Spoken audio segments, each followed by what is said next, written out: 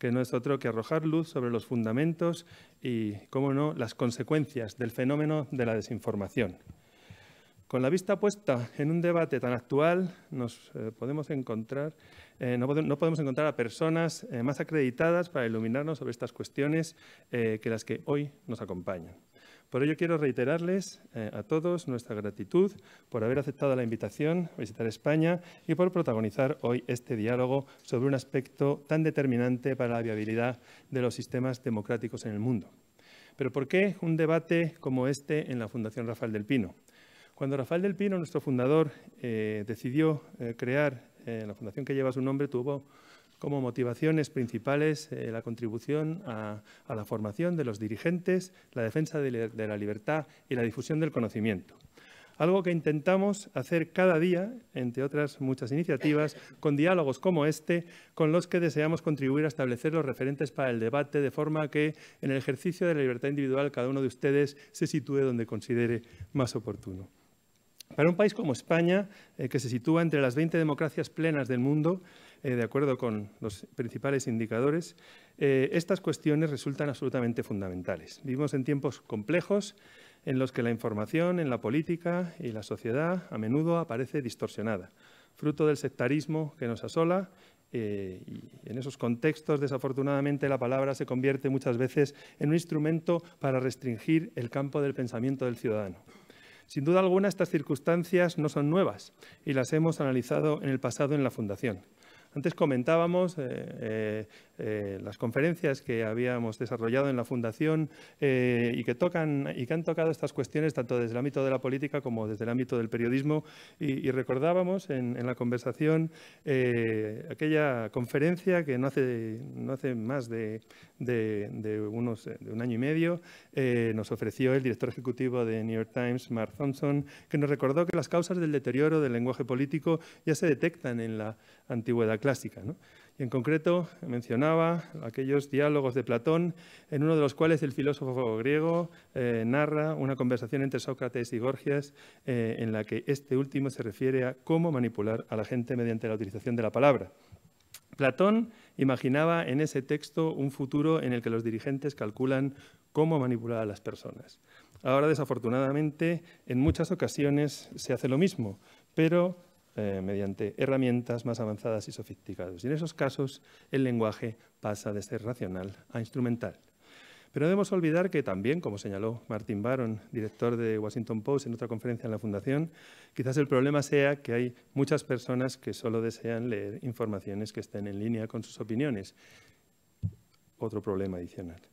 Unas informaciones a menudo falsas. O lo que es aún más peligroso, informaciones basura, en palabras de James Harding, que también nos visitó, exdirector de la BBC. Informaciones que buscan la intoxicación con piezas parcialmente verdaderas que se han ensamblado de forma muy ingeniosa para disfrazar la auténtica historia. De todo ello se valen los regímenes autoritarios y los líderes populistas que emergen en nuestras sociedades. Pero esta debía ser una breve introducción y no me corresponde a mí defender en estas palabras de bienvenida el papel fundamental de la libertad y de prensa y de información en nuestra sociedad. Una información que, estamos todos de acuerdo, debe ser veraz. Pero no estaríamos en la Fundación Rafael del Pino si no rompiéramos en cualquier caso una lanza por el libre ejercicio de la profesión de periodista y el enorme valor social de la política y los principios de la democracia. Bien, como he tenido ocasión de señalar, para analizar estas y muchas otras cuestiones, tenemos hoy el privilegio de contar con acreditados expertos. Por ello, concluyo dándoles a todos una calurosa bienvenida a la Fundación Rafael del Pino y reiterando la gratitud de la Fundación a invitados, colaboradores y asistentes a este encuentro en esta que hoy queremos que sientan todos como su casa. Cedo la palabra a don Benjamin Ziff, Deputy Chief of Mission de la Embajada de los Estados Unidos en España. Benjamin, es un gran placer colaborar con la Fundación de nuevo en esta ocasión y esperamos que se ocurra en muchas otras. Gracias. Gracias.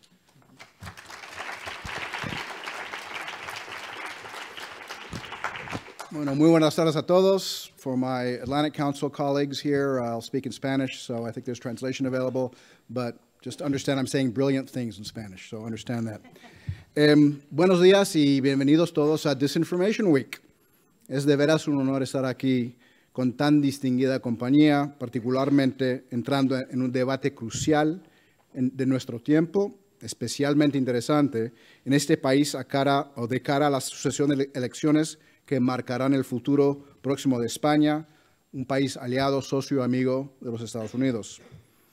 La verdad que yo anhelo esos viejos tiempos online, cuando uno solo tenía que afrontar ese legendario príncipe africano desesperado por trasladar su oro al exterior, que te haría rico a cambio de un pequeño pago. O a evaluar ese tratamiento milagroso para tu sobrepeso, tu calvicie o tu problema hormonal, y ni hablar del email que te explicaba cómo te podrías hacer millonario trabajando 2 horas al día de casa con algún sistema muy innovador. Sí, eso fue Disinformation Light, de veras. Parece siglo desde aquellos tiempos de solamente email, pero son apenas 10 años de esas simples mentiras y mañas. Hoy las tergiversaciones en social media son elaboradas, apuntadas y frecuentemente con un fin netamente político. La desinformación ya marca espacios clave en la relación entre países y en el funcionamiento de las democracias. Es una carnada digital que esconde un anzuelo que hiere nuestros pueblos, nuestra política y las relaciones internacionales. Entonces, ¿qué hacemos? Y para saber la respuesta estamos todos aquí hoy. Las raíces del problema de la desinformación son largas y están presentes en diversas capas de nuestras sociedades. Hoy, junto al Atlantic Council y a la Fundación Rafael del Pino, debatimos cómo este problema, o más específicamente esta amenaza, se extiende por los terminales que todos usamos a diario, ordenadores, teléfonos móviles, en un mundo hiperconectado con millones de clics por segundo. Los expertos de gran nivel que tenemos hoy abordan este fenómeno con ejemplos concretos de estos procesos y nos alertarán sobre los peligros en evolución. Nuestros adversarios, y hay muchos de ellos, han abrazado esta estrategia y se han lanzado a alentar la confusión y el miedo con el objetivo de marcar divisiones en nuestras sociedades. Este proceso lo podemos resumir en un axioma contundente: sembrar confusión para alentar el desorden. Me interesa mucho escuchar las propuestas de este panel de analistas y expertos de alto nivel sobre la mejor forma de contrarrestar esta amenaza, pero déjenme que les introduzca un elemento más al debate. La gran debilidad del sistema telemático que tenemos hoy viene menos de Twitter y mucho más de nuestra propia humanidad. Nuestra curiosidad natural, nuestra fe o desconfianza del prójimo y nuestra ansia por lo novedoso nos deja desarmado cuando confrontamos a aquellos que manipulan esas virtudes tan humanas. Como ser menos humano no es una respuesta real al reto de la desinformación, nos queda intentar blindar esa humanidad en contra de ese peligro. ¿Y cómo se puede hacer esto? Estamos ya todos muy acostumbrados a que haya una educación sexual en los colegios y que nuestros hijos sean vacunados para protegerles de las enfermedades. Tratemos el peligro de la desinformación de forma igual, como una enfermedad más contra la cual se aplican anticuerpos intelectuales a una edad temprana. O sea, hay que educar a las generaciones jóvenes cómo identificar y cómo contrarrestar lo que en buen inglés se llama bullshit. No podemos dejar que nuestros hijos y nietos acepten la contaminación del ambiente informativo como algo imparable o una normalidad más del mundo conectado globalmente.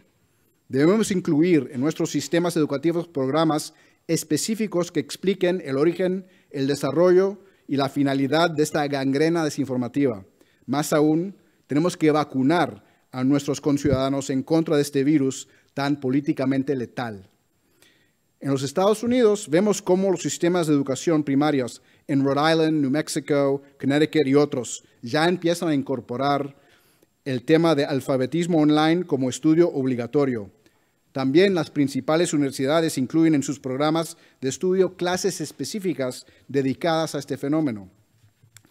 La Universidad de Indiana ha desarrollado apps específicas para combatir el problema. Hoaxy, Botometer y Fakey ayudan hoy a todos a mirar con un criterio crítico entre las densas ramas de la desinformación.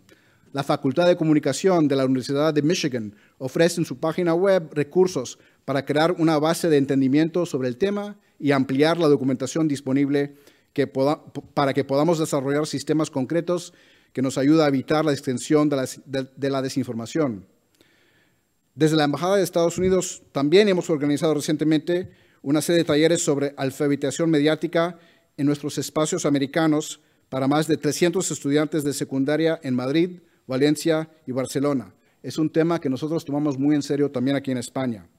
Estos talleres proporcionan habilidades y herramientas para detectar desinformación en Internet y redes sociales, y los cursos también enfatizan el uso responsable de todos los medios digitales y la importancia de ser ciudadanos bien informados.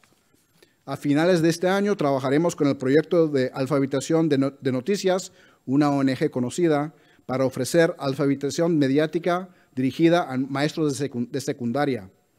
Este programa ofrecerá no solo una introducción de primera mano a este complejo mundo, sino también métodos especializados que estos docentes podrán ofrecer a sus alumnos y con los cuales podrán crear planes de estudio.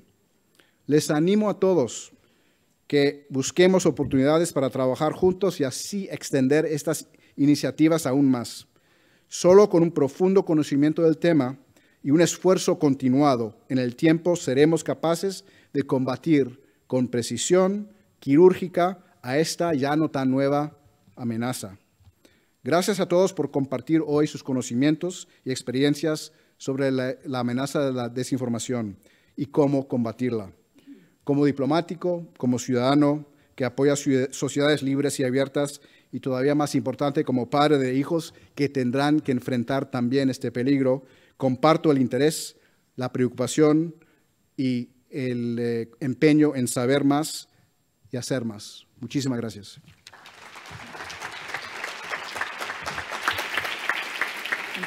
Gracias. Bien. Buenas tardes y bienvenidos a todos a Disinfo Week Madrid. Le pido la paciencia porque soy bien puertorriqueña y mi español es bien puertorriqueño. Mi nombre es Geysha Gonzalez y yo soy la subdirectora del Centro de Eurasia de Atlantic Council.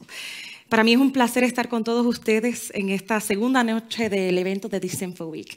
Atenas les manda recuerdos. Primero que nada, les quiero dar las gracias a la Embajada de Estados Unidos en Madrid y a la misión estadounidense a la Unión Europea por su gran apoyo para este evento. También les quiero dar las gracias a nuestros co-anfitriones y compañeros, la Fundación Rafael del Pino. Para nosotros es un honor colaborar con ustedes porque este esfuerzo para nosotros es un esfuerzo transatlántico y no podemos tener esta conversación solos. Para todos aquellos que están viendo por el stream, que no se les olvide usar el hashtag DisinfoWeek. No sé decir hashtag en español, pero es el hashtag. Perfect, great. Para seguir la conversación. El Atlantic Council ha estado estudiando los temas de la guerra híbrida que el Kremlin ha dirigido contra Europa del Este desde el 2015, cuando además de invadir a Ucrania y tomar parte de su territorio, el Kremlin lanzó una campaña de desinformación para ocultar sus acciones. Desde ese entonces hemos visto cómo estas campañas de desinformación han tocado todos los países que son o que aspiran a ser democráticos, incluyendo Europa Occidental y los Estados Unidos. Para nosotros, Disinfo Week es una oportunidad para elevar el tema de la desinformación y desempaquetar esta y otras herramientas que actores estatales y no estatales utilizan para afectar, infectar y destabilizar el discurso político. Pero no solo vamos a admirar el problema, ya hablamos, sabemos que es desinformación, sabemos que es información falsa, sabemos que es bullshit, pero también sabemos que hay otras herramientas que se usan en este espacio. Para nosotros esta es una oportunidad para elevar el discurso y hablar también de qué herramientas existen para contrarrestar esta amenaza a nuestras democracias. Para mí es un honor estar aquí con todos ustedes y creo que cuando cambie a inglés va a ser un poquito más smooth, I promise. Pero para mí es un gran honor poder tomar un momento para introducir a Ana Palacio, que está aquí con nosotros, que es un miembro de la familia del Atlantic Council, pero que también es distinguida en varios temas. Ha tenido una carrera en el gobierno como ministro de Asuntos Exteriores de España y miembro del Parlamento. También tengo el placer de introducir a Alaphilippe, que es un amigo, compañero y un defensor de democracias alrededor del mundo también, que va a hablar de las herramientas más técnicas que se usan para destabilizar las conversaciones que tenemos en el Internet. Sí, la desinformación no es un problema que acaba de salir ahora. No empezó en el 2016, no empezó en el 2017. Es un problema que ha estado en el mundo toda la historia. Las mentiras atraen. Las mentiras se sienten mucho como comida basura. Sabes que son malas para ti, pero te satisfacen.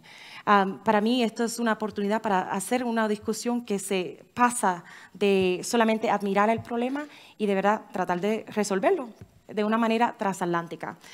Ana, si nos puedes complacer y venir, y muchas gracias.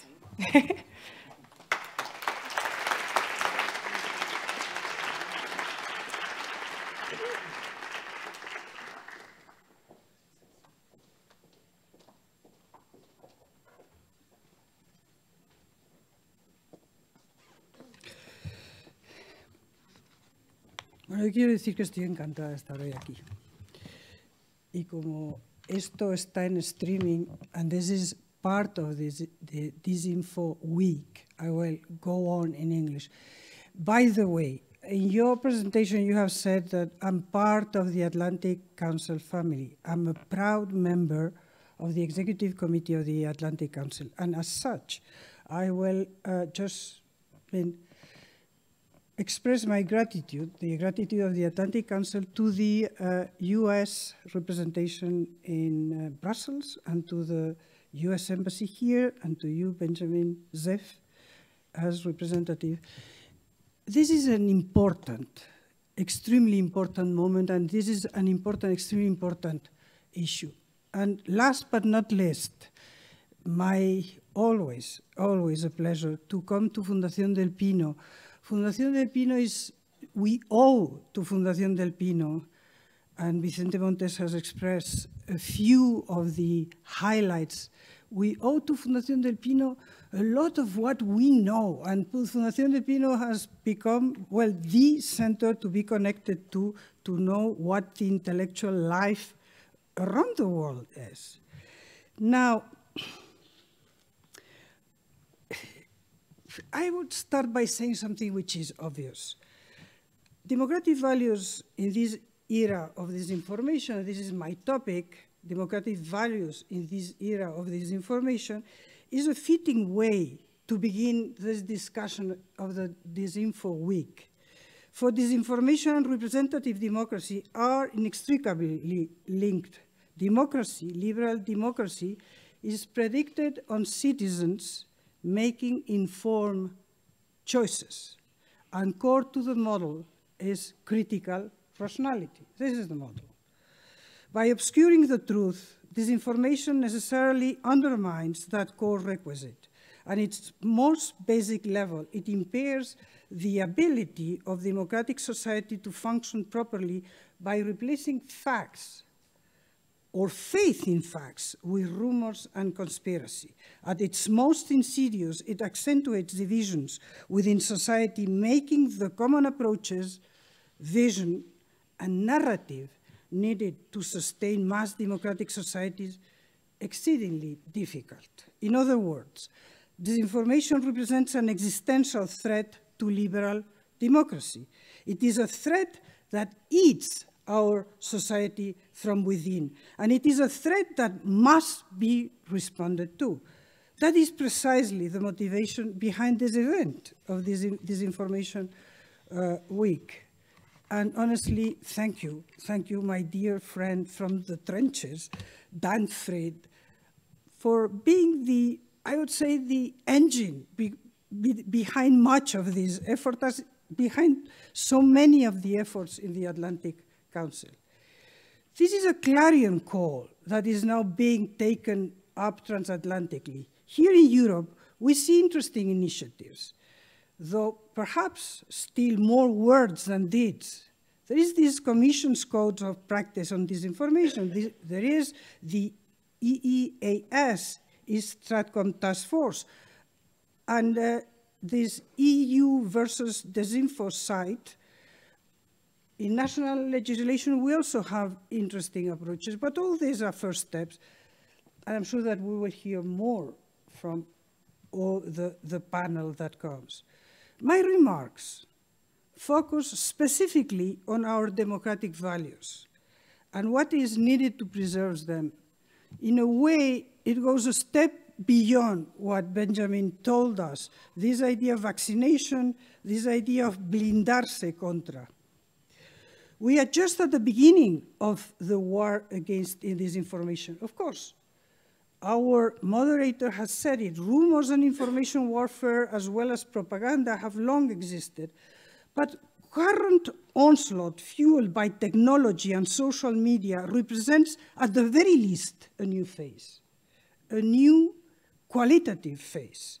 Dazed by the steady stream of crisis this last decade and deeply shaken by manipulation since 2016, it is only now that policymakers and some of the public are finding their feet and recognizing the challenge ahead. Organizations such as Atlantic Council, such as Institute for Statecraft, Nicolas, are vital early actors, and NATO has been and will continue to be crucial given the natural linkage between disinformation and security. But we must be clear about the battle we face and how to address it. Disinformation is a cause of democratic deterioration, but it is also a symptom of a much deeper disease afflicting liberal democratic society. And responding to information warfare from Russia or for-profit progenitors of fake news in Macedonia is necessary but insufficient to address the challenge we face. I see here, and you will please excuse the facile analogy, a cautionary parallel with the war on drugs. This is a trap that we must avoid. When confronted by an ominous danger, the knee-jerk, the first reaction is always action, short-term, immediate, visible action. Interdiction and unmasking of conspirators, eradication of sources provide ample targets. And they can be summarized in action plans, tallied in reports, and given budget lines. This is not to denigrate supply-side policies. They are needed. But unless demand is also addressed, much like the war on drugs, we are in for a very, very long, maybe interminable war. The problem is that addressing demand is a much harder nut to crack. It certainly involves education, as we have heard. And the recent moves in many, and Benjamin Ziff has enunciated, just to bring one example of a country that lately doesn't give us so many good examples, is Italy, where there is the introduction of media literacy in curricula. And this is an interesting step. There are others. But we have to do more. We must address the idea of responsibility more deeply. This entails reconfiguring the citizen-state relationship. The key danger here is fragmentation, the debasement of citizenship. Today, the relationship between government and governed increasingly resembles that of a service provider versus a consumer. As governance has gotten increasingly complex and technical, the citizen has been left behind. Even as government intrudes more and more in our lives, it creates a passive, weak connection between citizen and state. It reduces a sense of responsibility and denies agency. A disempowered population is fertile ground for those peddling disinformation. And as societal connections weaken or disappear, it is easy to fall into alternative realities all of which is, of course, propelled by technology. This is this echo chambers that we know so much about. In Europe, we have to add a loss of narrative to that. With the end of the Cold War, and more recently with the end of the impulse for enlargement, Europe, the European project, ever more heavily rested on prosperity as a legitimating basis. In the years post-crisis, this too has gone. The prosperity and legitimacy doesn't any longer work as the narrative. Combined with the insecurity of an aging and shrinking population, there is a distinct sense of being adrift at sea in a global environment in which we feel lost and no longer in control. It is a witch's brew. None of this is any great epiphany, but it needs to be emphasized at the beginning of this discussion that we look at the threats coming from outside, because even as we push forward responding to supply, we must be cognizant that we face a much greater challenge in healing the causes of demand within our society. The cancer of division and disunity has metastasized. Putting on sunscreen is no longer enough. This is urgent, not just because it impacts the proper functioning of our democratic societies, but because we are living in a world at a time of mutation. We are reaching the end of 200 years period in which the ideas of the Enlightenment and the importance of the individual have been ascendant.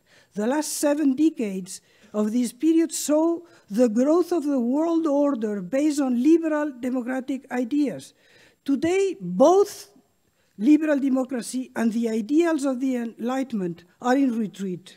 The authoritarian and or illiberal democracies model are more deeply a societal perspective that privileges the collective above the individual. And they present a profound challenge to the liberal ideas that have defined our worldview. If we, and here I'm speaking for the US and Europe, along with our core partners, if we are to meet this challenge, we simply have to get our business, our affairs in order. We must create resilience within our societies. And I'm finishing. 72 years ago, the great American diplomat George Kennan published the very well-known The Source of Soviet Conduct in Foreign Affairs under the pseudonym X. The X article is, of course, remembered for establishing the intellectual foundations for that grandest of grand strategies, containment. Let's remember, however, how this article finishes. More important than containing the Soviet Union, Kennan said, was demonstrating resilience and vibrancy. And I quote, "It is a question of the degree to which the United States can create among the peoples of the world generally the impression of a country which knows what it wants, which is coping successfully with the problems of its internal life and with the responsibilities of a world power, and which has a spiritual vitality capable of holding its own among the major ideological currents of the time. To avoid destruction, the United States need only measure up to its own best traditions and prove itself worthy of preservation as a great nation." This is a challenge before all of us here today on both sides of the Atlantic, finding a way to measure up to our own best traditions and to revitalize our liberal democratic basis. So even as we look at how to contain and respond to the challenges from without, let's not forget or willfully ignore the challenges we face within. Thank you.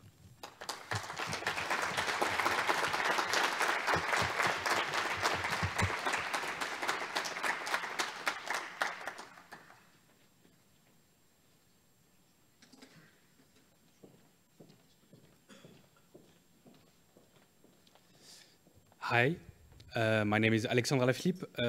I'm Executive Director of the EU DisinfoLab. The EU DisinfoLab is a Brussels-based NGO working as a center of resource for people working on disinformation, whether they're journalists, fact-checker, academics, or with other backgrounds. So 2 things. First, I've been asked to be short, so I will try to keep it for a good reason, because then you have an excellent panel and we need to save time for questions.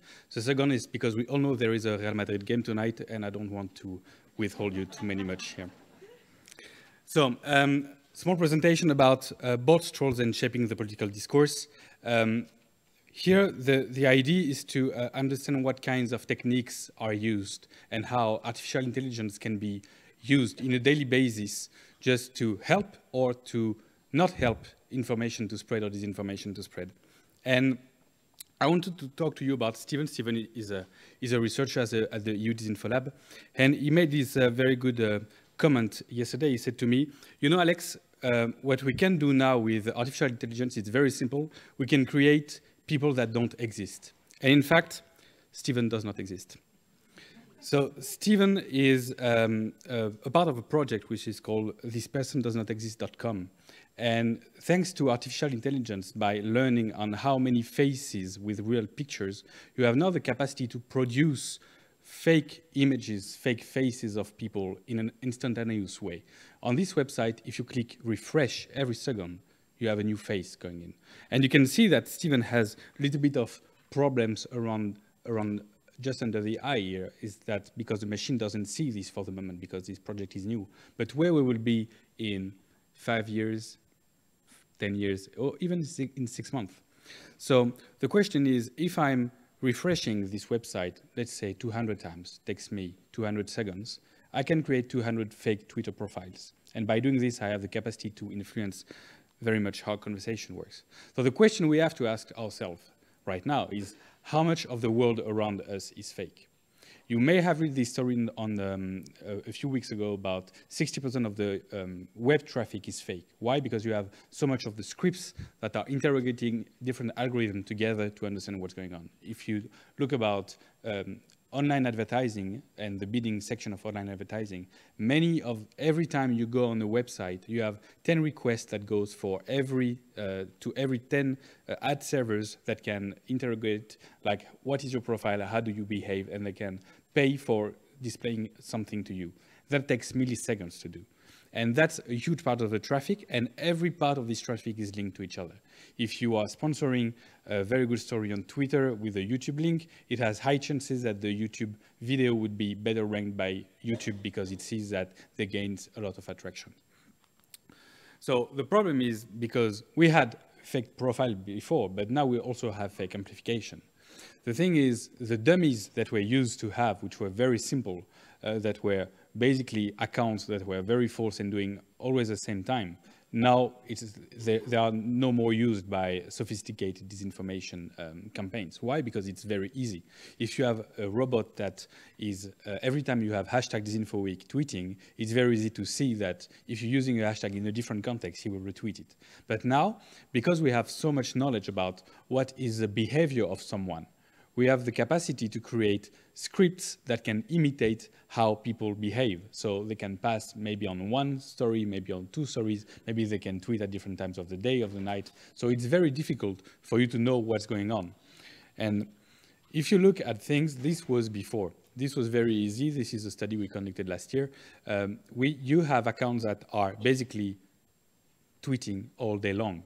So these people, I'm very concerned about them because they don't sleep. Never.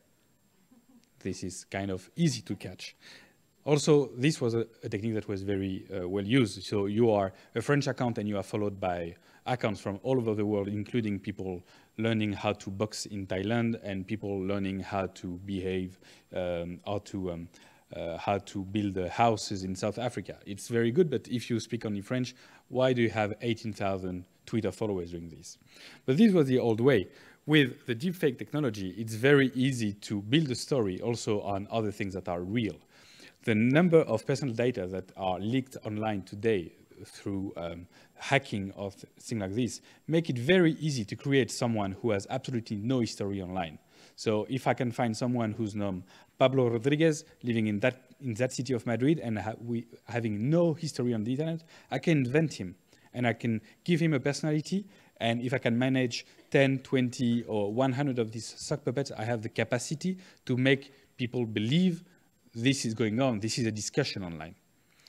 And it's very easy to, it used to be very easy to catch, because at some point, if you look at how the networks are composed, you see that these networks are focalized on only one person. And all of these person have followers that retweet only once, and you can see that you have one central person which is activating Sock Puppet's account.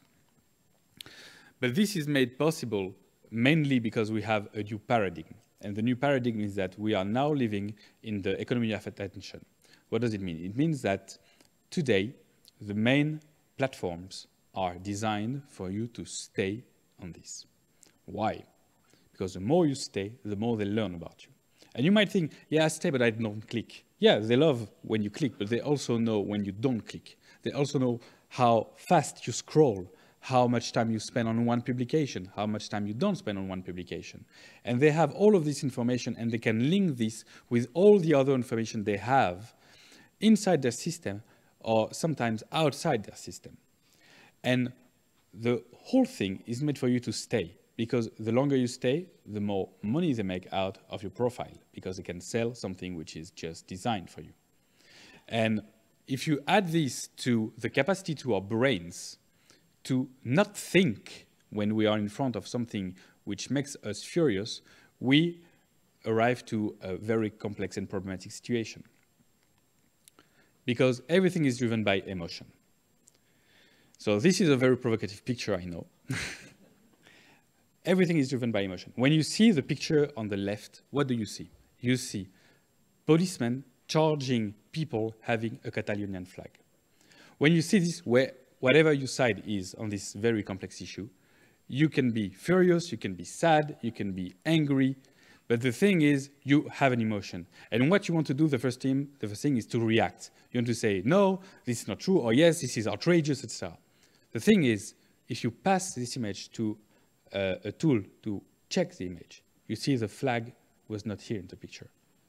So we don't know if these people were demonstrating at this event or not. What we know is that you have people that were charged with policemen. And this is a real issue, because once you say this, once you understand this, once you take the 30 seconds to check this, you have a very different reaction about this, because you want to ask, okay, so where is it? Why do I see this? What's the point? How do I know about this issue? Who should I check with about this? And emotions are, disinformation is using emotion because it's easy to hijack your rational brain. And that's how we are made. Because when we were in the jungle, in the caves, and we had to get away from a lion trying to eat us, we didn't think about, yeah, I need to run like this direction for approximately 200 meters and climb on a tree, then on the tree. No, you just run, because that's how you survive. And our brain still works like this. And disinformation uses emotion and gets into a context. So on the right, you will see a post that has been published recently on the Facebook pages around the Gilets jaunes movement in France. Again, whatever you think about the Gilets jaunes movement, I don't care. And the thing is, this picture was, this collection of pictures was published to say, look at how police is violenting demonstrators against Gilets jaunes. This is an outburst, this is a shame, etc. But if you look at the pictures, the one with Arc de Triomphe and Champs-Élysées is real, from the real day. The three other one you can see on the bottom corner on the right, and the man like this, were pictures taken in France, but 2 years ago from other demonstrations. And the last one, the man which is in a bloody situation, let's say, this man is from Spain. This picture is from the violence in Catalonia. And this has been used to justify everything. And when you see this, and you understand that in different contexts, and that's why on the edge of the European election, this is very important. The things that are happening in the world are not staying in the country. Information is circulating, and false information is circulating. I'm pretty sure in 2 years or in 3 months, we will see the same pictures for a demonstration in Poland or in Italy or something else. Because this is new content for people that have not been exposed to this, and they need to understand what's going on. And this is taking into the context, we talked a little bit about it, about polarized crowds. We are in a situation because also of our behavior, because we tend to follow and to be friends with people we choose. The only people we don't choose are our family, because we don't choose our family, but we choose our friends. These people are the ones you are getting in touch with on a daily basis. And they have a particular way of seeing the world. And I think if you are a particular horse lover, you can find people that have the same passion than you on the other side of the Atlantic. That's really cool. But at some point, if you are only seeing the same content, for you it seems to be true because it has been repeated and repeated again.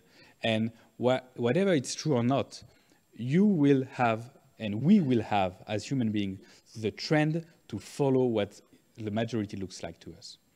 And this is why right now we have a huge problem in our societies, because the less we trust about institutions, about NGOs, about academics, about journalists, about the public sector, about companies, the more we are getting into what our friends, what our people around us know. And that'd be very difficult because this can be manipulated very easily. Because we can know exactly what you want to see and we can provide you exactly what you want to see. And basically, we went out from a system in our democracy where to discuss about politics, first you went into a bar, you knew the people in the bar, you know, you had this guy which is leftist, this was his rightist, and you could have a discussion. Then we ended up at having discussion on the internet. I think I'd call it Internet 1.0, 10 years ago. We could have still discussion on the internet. It was complicated, it took time, and sometimes you didn't go to sleep because you have to prove someone is wrong. But at least you had debate. Now, it's basically shouting at each other. You're wrong, you're right, you're false, you're fake news, no, you're fake news, no, you're fake news. And this is not going anywhere. Because the more polarized we are, the less discussion, the less compromise we can make. And democracy is about making compromise and discussion and having fair debates. So AI can follow amplification. There are many things that AI can do. AI can learn about how information spreads, about how people are polarized. AI can help to understand how the content is repeated, how people are behaving the same way, and it doesn't look authentic. So AI is a great tool. And the thing is, so the slide is not the right, the slide is called "Don't blame the internet." Don't blame the internet, because it's not about the technology that we have a problem with. It's about how it's used. If you look at printing, Gutenberg invented the printer when we imprinted the Bible. 2 centuries later, we printed the encyclopedia. 2 centuries later, we printed Mein Kampf. The problem is not to burn all the books. The problem is to understand why do we have these kind of things? Why do we have this kind of problem with the technology that we're using? And we are entering in an era where we have new paradigms. Basically, we had the paradigm of the representative democracy. It was very easy. We had rational arguments, so we could discuss about political visions. We had representation, so we elected people, or we had academics we could trust that could lead up the debate. We had a time for deliberation. So basically, a law is not about having it passed next week, but in 2 months, just to have the time to have checks and balances. And we have consensus. Right now, this is still how our political system works in Western liberal democracies. If we look at how internet works, it doesn't work like this at all. Internet works on emotion. It works on no representation, every voice is equal, on instantaneity, and on polarization. And I'm not sure we will go back to what we had, and I'm not sure we should go to what we have. So this means we need to find a way to find a new model between these, to use technology, to use internet, and to reform what used to be our system of governance. And for this, I think I also see disinformation as a very interesting moment where we can discuss about this, because this is about what we want to do with democracy. And we have to put ethical limits to this. We need to protect people. And when we say protect people, I mean regular user of the internet. We need to protect whistleblowers, journalists, and sources, freedom defenders. We need to protect anonymity. This is one of my favorite memes. The dog says on the internet, nobody knows you're a dog, which is good. The thing is, you should at least know how these persons are and how the conversation is influenced, and if the influence is fair or not, because we need to have fair debates. I don't care what side you are, but use arguments. The more you lie, the more you invent things, the less powerful your argument is. We need to go back to having strong political discussions with arguments based on rationality and not on emotion, because election is not about the 5 next tweets or the 5 next minutes, is about the 5 next years. So we need to have individually a discussion with ourselves, with the argument we're using to justify our political position, whatever they are. And we do not let the machine decide.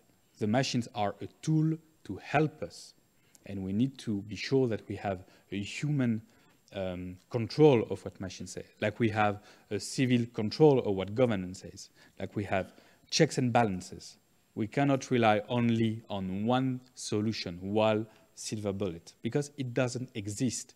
Because if it would exist, we would already use it. So this is a complex challenge and a complex time, and you'll have a great panel to talk about this now. Thank you.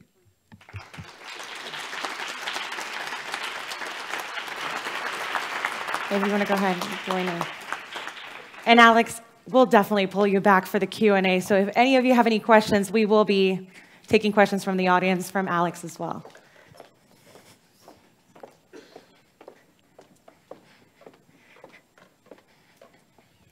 Please go ahead. I think from the end. We put you in the middle so you don't get in trouble.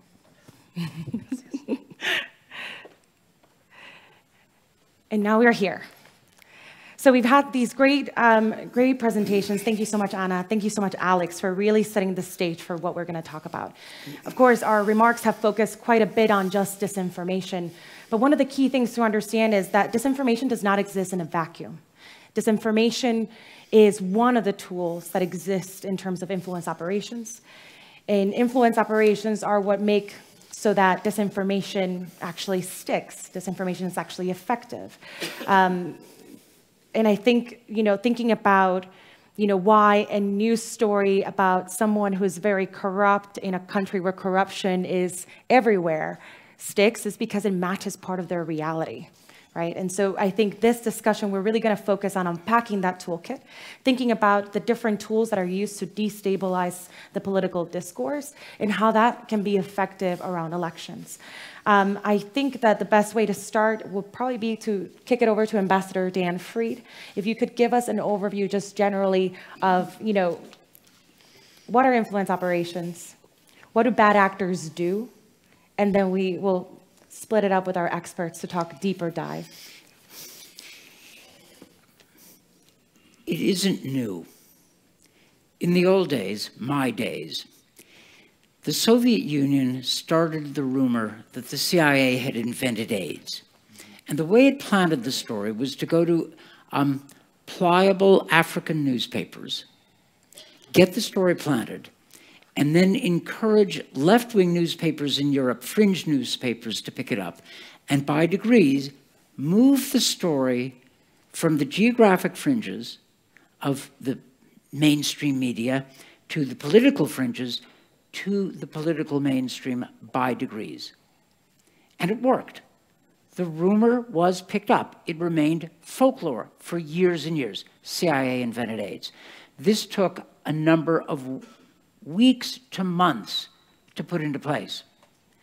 And the Soviet propaganda apparatus and the KGB, which was running the operation, relied on, in Europe at least, the category of people called useful idiots and fellow travelers, various witting, semi-witting or unwitting agents. Now, of course, thanks to the internet, the process doesn't take weeks, it takes hours, sometimes minutes, and instead of actually relying on human beings to disseminate the story to favorable or well-inclined newspapers, You can have sites set up in the thousands, or bots, or various impersonator accounts, flogging your story and moving it into the mainstream very quickly. Mr. Alaphilippe was right when he pointed out that the printing press created not only the Gutenberg Bible, but all kinds of religious tracts that helped spark the religious wars. And propaganda using the technologies of the time is as old as the technology of the time. The United States, 1790s, scurrilous pamphlets making all kinds of claims, Adams about Jefferson, Jefferson about Adams. This stuff goes on through the 19th century. The cheap daily newspaper, the radio, the television, every advance of technology can be and has been subverted for propagandistic purposes.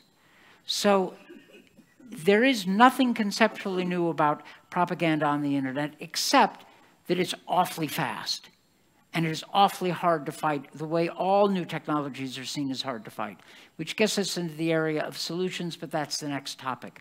My point, though, is that this is not new. We have dealt with this before, and it is useful to take a step back and look at the solutions through which democratic and even non-democratic societies have developed and then applied norms of behavior to integrate new information technology without succumbing to the worst features of that technology. Ambassador Friede, you mentioned useful idiots, fake idiots, and I think this is a great opportunity to bring David Alandete, who knows very well about useful idiots and fake idiots that have, decided to take up quite a few stories and amplify that which is false. If you could just, get us started on that. I know a little bit about them. A little.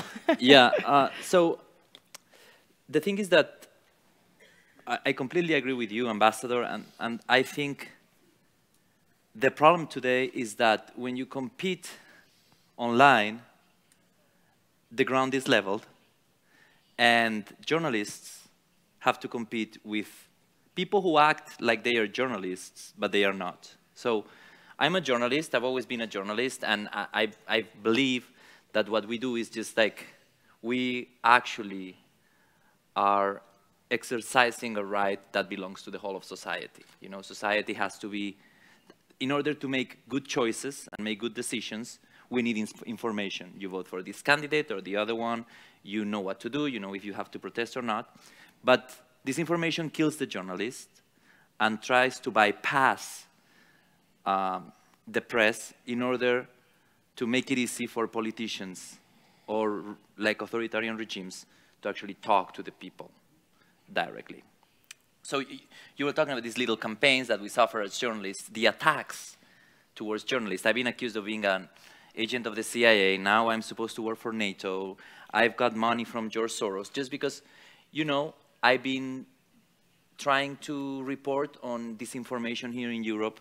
And first in the Catalan crisis, now with the far-right parties, with the Italian referendum. And we have to suffer a lot of people who actually play the role willingly.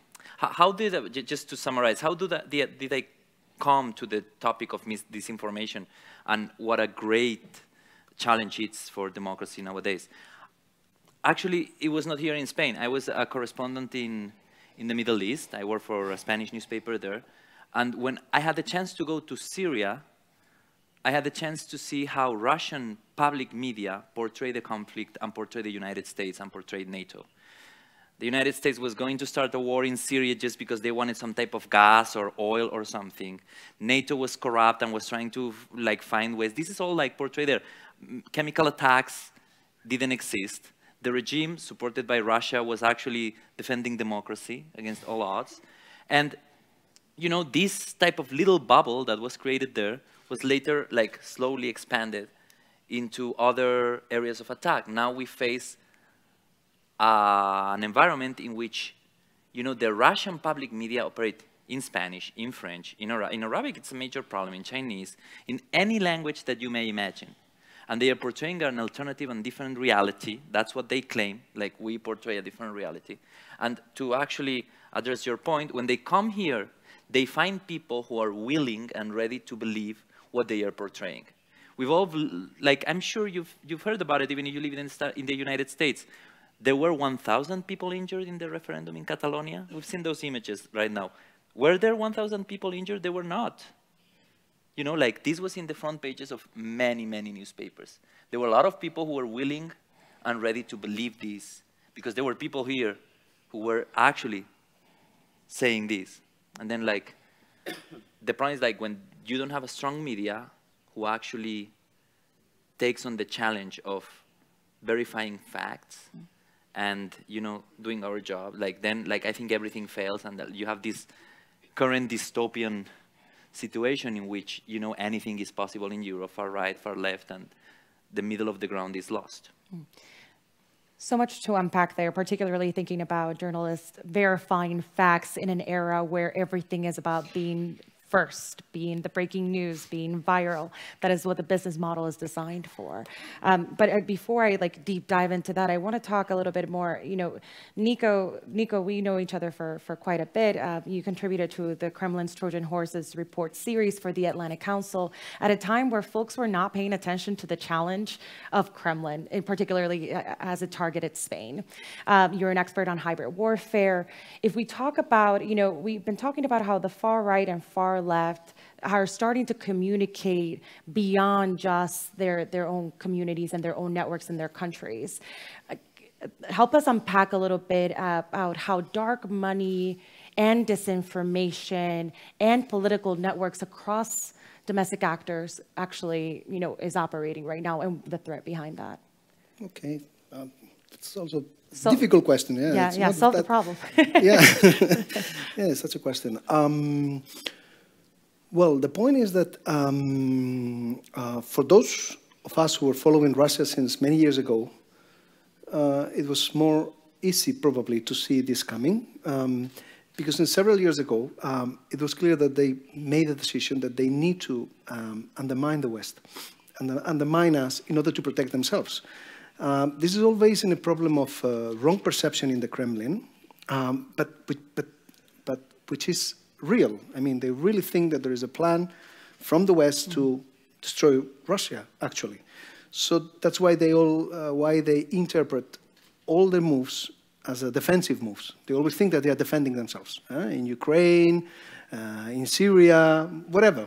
They always think that, and everything is part of a plan. That's their perception. So if David is publishing whatever news, then it's part of a plan, because either Soros or the CIA or whatever, it's behind that thing.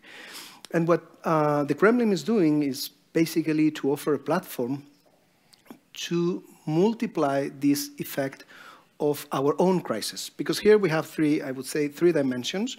One is that the one that has been referred by Minister Palacio, this deeper crisis of the West, of our liberal democracies, which is not exactly coming from 2008, but definitely since then, we are still struggling with this, and the lack of prosperity, or the apparent lack of prosperity, and the crisis of legitimacy of our systems.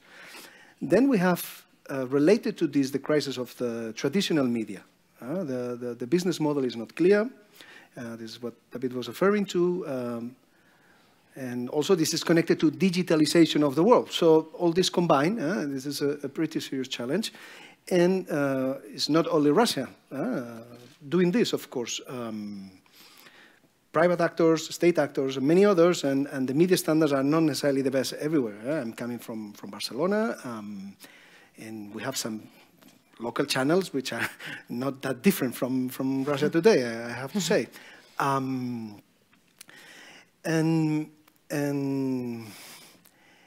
sorry, now for a moment I'm lost. But I also enjoy this analogy with the war on drugs. Yeah, so we have this problem. This will be So this will be connected to the demand. Yeah, this wide crisis that we have to approach related to education, media literacy, all these kind of approaches that are part of the solution. But then we have the suppliers, and I know a bit about this. One of the main suppliers, Ambassador Fried was referring, as Russia has been doing this for a long, long time. And they identify rightly that the question of the legitimacy of the West, which is now under pressure, is an element to exploit. But because what they are doing is to exploit vulnerabilities, and we have many vulnerabilities. And the problem is that we have to decide whether we approach all this all together at the same time, which is going to be difficult because we cannot solve all these vulnerabilities from one day to another, or if we focus on at least to prevent these hostile foreign actors to take advantage of this situation. But this is easily said and is difficult to tackle, because they are basically taking advantage of our free flow of information and freedom of speech. And how to apply legislation to deal with this problem is particularly difficult. At least something that needs to be done, and that's what me and others are trying to do, which is not really easy, is to connect all dots. Because as you have said in the beginning, disinformation is not taking place within a vacuum. And when we refer to the Kremlin, this is part of a big framework. And that connects from nuclear intimidation, military means, to the use of dirty money, to disinformation, and to many other intelligence services, of course, and to many other things. It doesn't mean that there is a clear, detailed plan in place, but there is clearly a strategic or coherent strategy behind all these moves. So we can connect all these dots. And of course, you can advance your strategic goals funding specific political parties within Europe. So probably we need to adapt our legislations to this problem. So far we know about the Front National, which is now called Regroupement National, if I'm correct. Since a few days back, we heard about the Lega in Italy. And these are probably just the tip of the iceberg. So there's much more there. And we can see also a pattern, also in the kind of factors they're approaching in far right and far left. And I finish with this. Alexandre was referring to the yellow vest. It's quite interesting. The positive coverage that almost all Russian media, not only those owned by the state directly, are giving to the yellow vest as the representatives of the genuine French people against the elite, globalist, this kind of hidden government or whatever. So this is what they are offering. They think they are defending themselves, but undermining us. Yeah. I mean, I think when we talk about vulnerabilities, right, I think we ought to make sure that we do separate levels. We have our societal vulnerabilities, and then we have the vulnerabilities to our critical infrastructure, which is where I really want to talk to Kadri and really bring her into this. A lot of the political discourse, or when we think about democratic institutions, when we think about voting, when we think about elections, we think about protecting our ballot system and cyber. But the truth is that there's different elements within cyber that can easily disrupt and affect the way that we see, candidates, the way that we see even our own environment, right? There's the narrative that the Kremlin pushes a lot is the decay of the West, right? Like, you can't walk out, like if you go to Copenhagen, they will take your kids kind of narrative, right? And so it would be great if you could just unpack a little bit on the critical infrastructure, the vulnerabilities, and how we can start thinking about that. No easy task. I have no easy questions. It's funny. I normally get those questions from the other point or from the other perspective, in particular. So, describe to me how is this not a technical issue, and you come from exactly the opposite angle, and because I've had not least in Estonia, we've had to preach quite a bit that election security is not simply about securing the information systems or vote tallying and voting systems, but it's about securing our increasingly digital societies. and we are very often fixated on the sort of the technical issues. We are in general, I mean, we are rather good at understanding elections in the context of overall constitutional and political processes of a country. But as soon as we began discussing elections, cybersecurity, people become very quickly somehow myopic around the issue, around technology, around technological or technical issues. So I think we need to zoom out from there again. For one, the issue is not primarily about elections as such. Mm-hmm. It is about the resilience of our digital ecosystems and very much about the resilience of our normal habitual functioning of societies. So elections are simply an element in that. Not unique, not different, just special because of their constitutional and political significance. And in terms of threat picture or cyber threat picture, what we've seen over the past 5 years, I would say now, is that disinformation and attacks against election processes exploit and are amplified by our inherent weaknesses, even in that domain. Our dividing issues and value conflicts, and they are aggravated by the means we tend to use to solve problems. Oftentimes by exposure and confrontation and competition. So there's little inherent drive towards cooperation, and that also means that we are all pretty comfortable in operating within the walls of our silos, even in the sort of the technological or cybersecurity sense. And we often lack the practical appreciation for the level of connectedness we all have with everyone else. So, what I guess I would like to say is that these patterns tend to concentrate around elections because of their significance, because of their concrete rallying point in time. But I think we should not view and work to address them as attacks against elections, but rather as attacks against the society's way of life and our values and our coherence. And that in turn implies that election cybersecurity must be planned as and executed as an integrated whole, together with defending the overall digital ecosystem. So in addition to securing the ballots and tallying systems, comprehensive elections risk management also means that we consider the risks in auxiliary systems that might impact elections. So what are the critical dependencies on other digital systems? And where do the threats lie against our critical infrastructure? So communication services, electricity supply, digital identity used for not just voting as we do in Estonia, but also vote tallying, for example.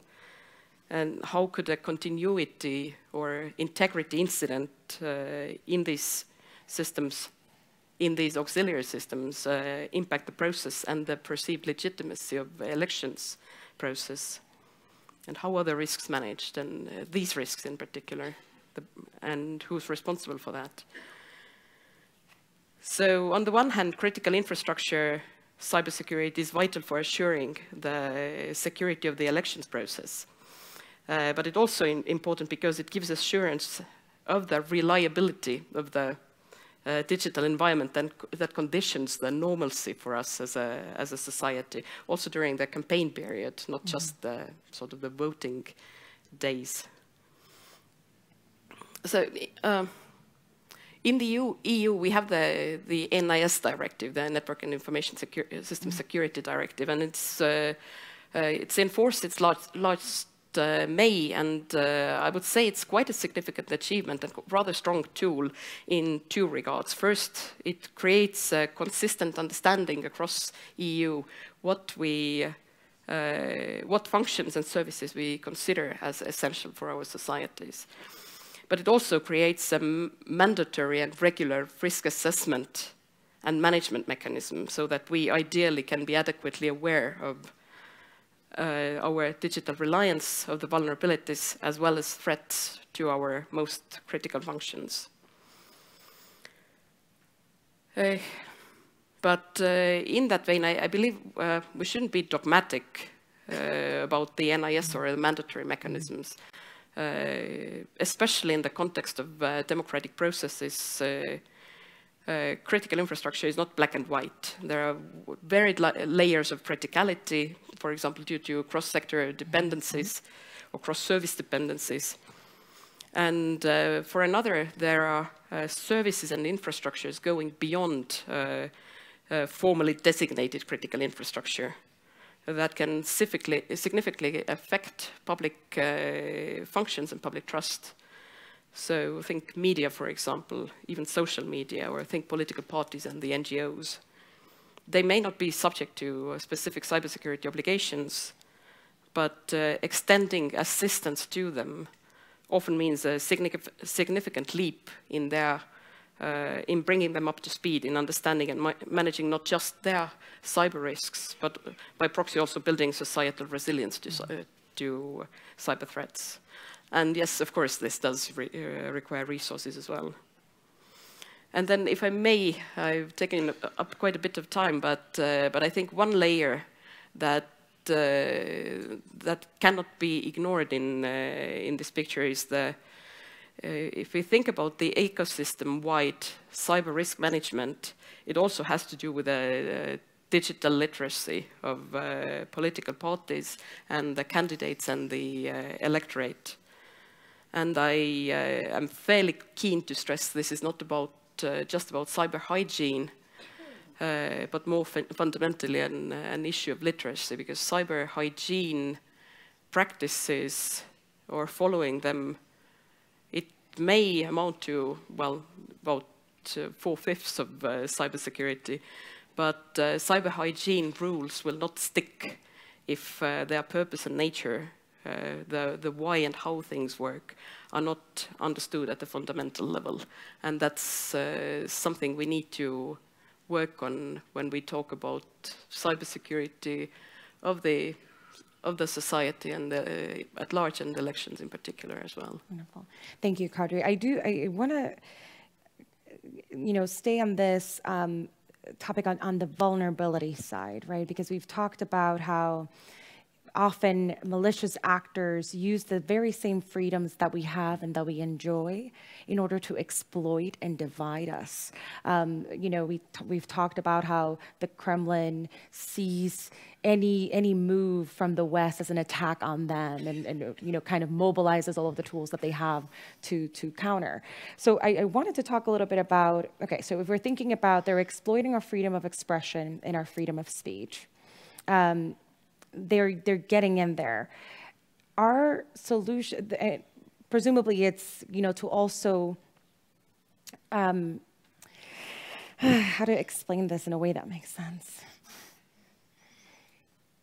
If our democracy fails, authoritarians succeed, right? If freedom of expression is what's being exploited and our response is to limit freedom of expression, to really exhaust that, right? To react on that, then authoritarian regimes succeed. So when we're talking about solutions, can we think a bit through what are some democratic things that we can employ now to address some of the challenges that we've addressed in this session?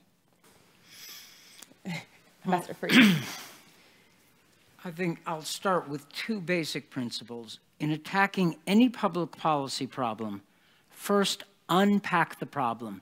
Don't look at the problem as a whole, because all problems looked at in the aggregate appear to be impossible. And you'll run screaming from the room because it all looks hopeless. If we start looking at the disinformation challenge as a challenge of the existential nature of truth, we're going to go down a rabbit hole and never be able to solve it. So unpack the problem into smaller, digestible bits. Secondly, second principle, work within our democratic norms. Don't become them in order to fight them. The United States learned that lesson the hard way during the Cold War. Our biggest screw-ups as the United States of America came from ignoring our own best principles and starting to imitate the enemy in tactics. Bad idea, doesn't work. When we were true to our own principles, we succeeded the most. All right, basic stuff. how does that apply to the issue of, how do those two apply? Unpack the problem, stay true to your principles, apply to the challenges of disinformation. First, separate domestic and foreign. The Russians exploit our divisions within our societies, and of course so do domestic actors. But our field of maneuver and public policy solutions are more applicable to foreign actors. Okay, there are things we can and should do to limit foreign penetration of foreign, occult, hidden penetration of digital space, then we should apply to our own domestic actors. What do I mean by that? Content controls really don't have much of a place, in my opinion, fighting disinformation. I know that in fighting, that there are controls against pornography or against ISIS beheading videos. I understand that, but that is not terribly applicable against, say, Russian disinformation ops. If you go down the road of content controls, you force a government agency to be the arbiters of truth. I don't know about Spain, but I would not like, and it is not in the American tradition, to trust any administration in the United States with the role of being the arbiter of truth. Don't go there. So use principles of transparency and integrity to filter out foreign disinformation. By transparency and integrity, I mean forcing, for example, disclosure of foreign bots disguised as human beings. Use technical means to expose deep fakes, fake people, like the one Alexandre created for us. That probably is in the realm of technology, if imperfect. If Juan from Madrid or Barcelona is not actually Juan, and he isn't actually from Barcelona, he's Ivan from the St. Petersburg troll farm that the Kremlin funds, people ought to know that. There ought to be a ban on impersonator accounts, and frankly, that is well within the technical capability of most social media companies even today. Algorithmic bias is another area that we ought to look at. Algorithmic bias drives sensational and extremist coverage because it pays. Alexandre talked about this earlier. Extremist coverage is what we go for when our emotional brain kicks in at the expense of our rational brain. Well, in the United States, in the television era, there was a so-called fairness doctrine that the major national television networks had to approximate covering both sides of the issue. Does that precedent allow us, us being the United States and the European Union, to impose or require a fairness doctrine for social media companies' algorithms? I mean, I don't have an answer to this, but it is at least worthy of exploring. Whether or not we can limit the deliberate polarization as part of the social media company business model exploited by the Russians and the Chinese through regulation. Now, there are also seemingly boring technical fixes like standard terms of service among social media companies. That sounds boring and fine print technical, but it isn't, because until there is a common definition of a bot or a standard of inauthentic accounts, social media companies can simply not work together. Yeah. When there is a common standard, they may be forced under common regulation to pull certain bots or certain impersonator accounts that meet a certain definition from the internet. Now, I've deliberately gone small bore and technical because my point is the technical solutions actually exist. That we, the European Union, Europe and the United States, need to get beyond the existential dread in the face of this crisis and start focusing on the solutions. And I will admit immediately that no set of solutions will solve the disinformation problem period, but it may limit it, which is where I go to Ana Palacio. I'm going to finish up with Ana Palacio's point. You have supply, you have demand. You whack at supply, hoping to get some control over it. You will never reduce it to zero, but you may reduce it significantly. The demand side is, of course, the increase of media literacy and social media literacy, and I refuse to believe that human beings are now much stupider than we were in the 19th century. We may not be smarter, but we are probably not actually stupider. We did learn to discriminate among daily newspapers, quality journalists, yellow journalists. It took a generation. We managed it. We can do so again. Our policy problem is to control the supply as much as possible while managing to increase the discrimination of demand. And since I spent my whole career in public policy, I'm real good with imperfect solutions, because those are the only kind you ever get, okay? Except during political campaigns when politicians promise to solve everything.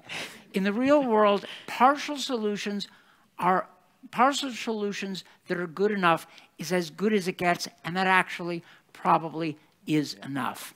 Anyway, more on that, but the United States has spent the last 2 years admiring the problem and pulling its hair out about the problem enough. We have the tools to solve it. And by the way, a shout out to the European Commission. They have at least taken a stab at solving it through the code of practice, the action plan, the rapid response mechanism that's being put in place before the elections. Critics say it's full of holes, it's weak, it's soft, but the Europeans are doing something about it, and I want to give them full credit. We, the United States, ought to be working with them and up our game. Thank you, Ambassador, for you. Yeah. David, you're ready. Yeah, Ambassador, like, I cannot imagine how a company that knows what I want before I know it and shows the advertisement in my screen and in my phone doesn't have the technical solution to actually tackle some bots. So I completely agree with you, you know, like what works in the advertisement field should work also in the ethics field. But when we talk about the Ministry of the Truth, and I have to disagree a little bit, Ambassador, I do not think that the European Commission has done enough. I think they could have done more. They rely on, you know, educational programs and self-regulation. Yeah, go ask RT and Sputnik to self-regulate and you'll see what happens. You know, they rely on some measures that I think are not enough.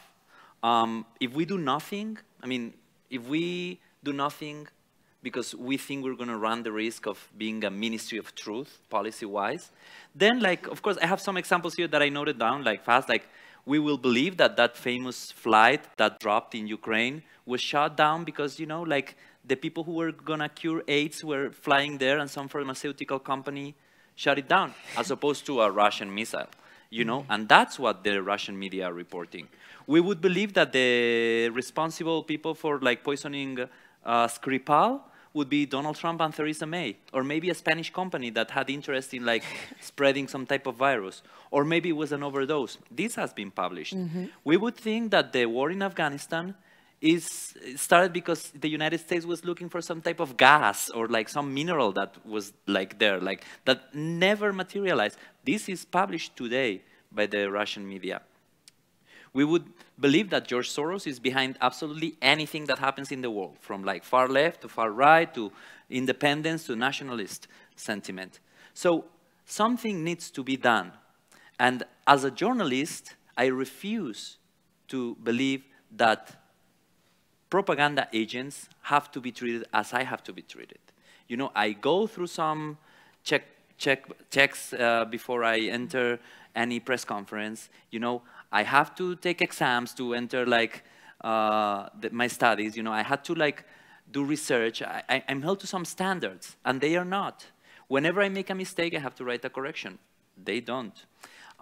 They are offered these platforms in order to spread this misinformation, and they are not held accountable as we are. I've seen headlines by RT and Sputnik in election time changing. and nobody said anything. Tanks in the streets of Barcelona, and then like, oh, someone said that he saw a tank.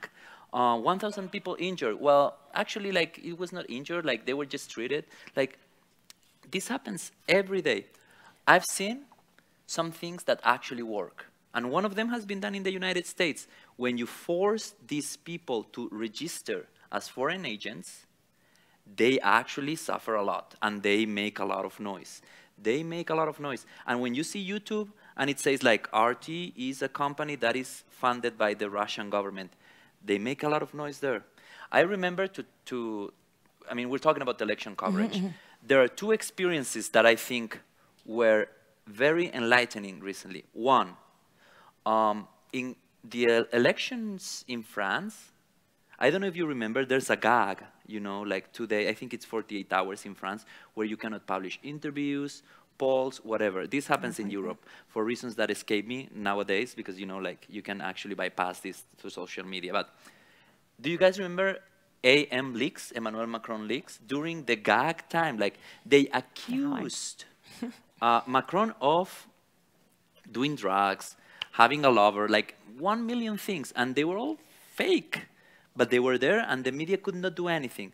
Then Macron, what did Macron do? These guys are not coming into my press conferences because they are not journalists. And he said that next to Putin.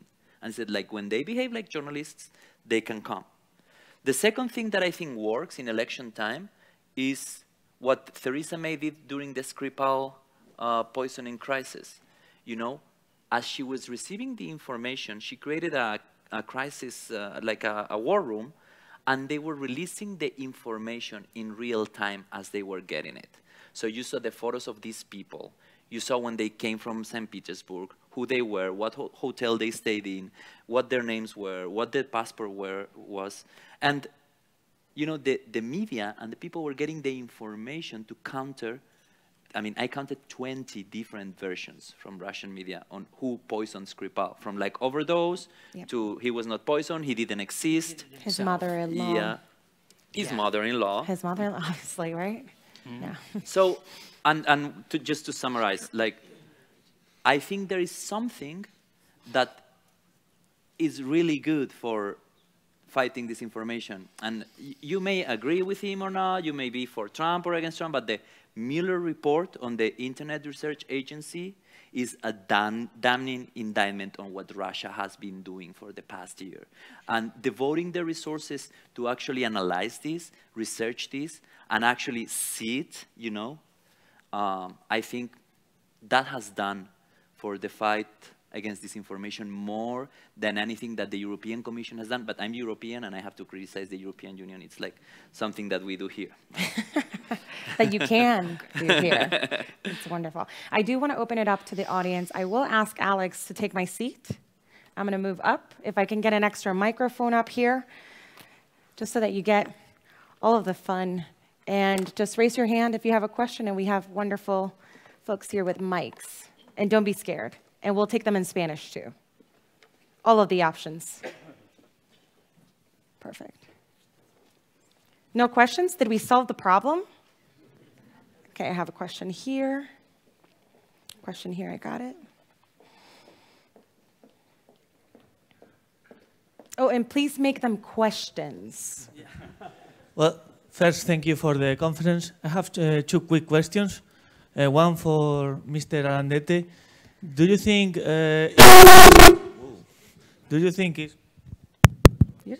is, for example, the problem with the fake news, one thing will help if, for example, every media has to make open all the funding they receive, including the funding advertising they receive for companies or private companies?